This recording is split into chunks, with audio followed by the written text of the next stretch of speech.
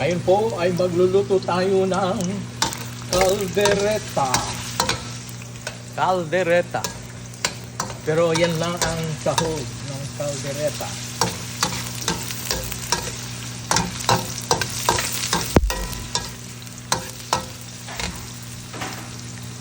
Ang sahog ng caldereta.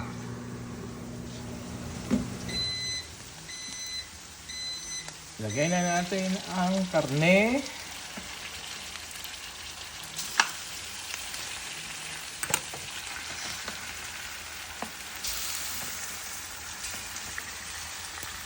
Palambutin, igisa at saka palambutin ang kaldereta.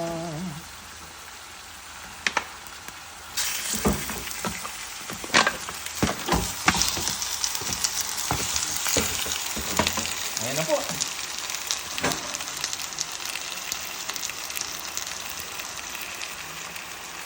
At tayo po'y mag-gigisa muna. Halo-haloin lang muna natin to. At palambutin.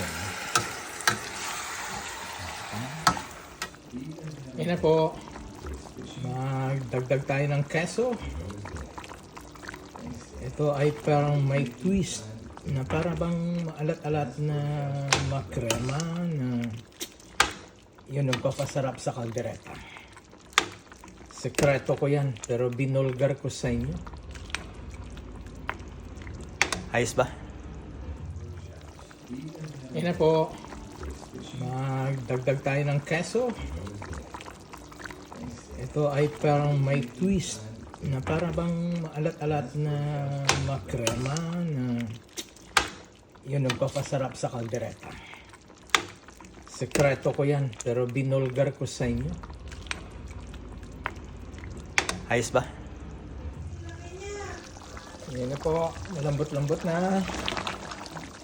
Lagyan na natin ng patatas. Potato.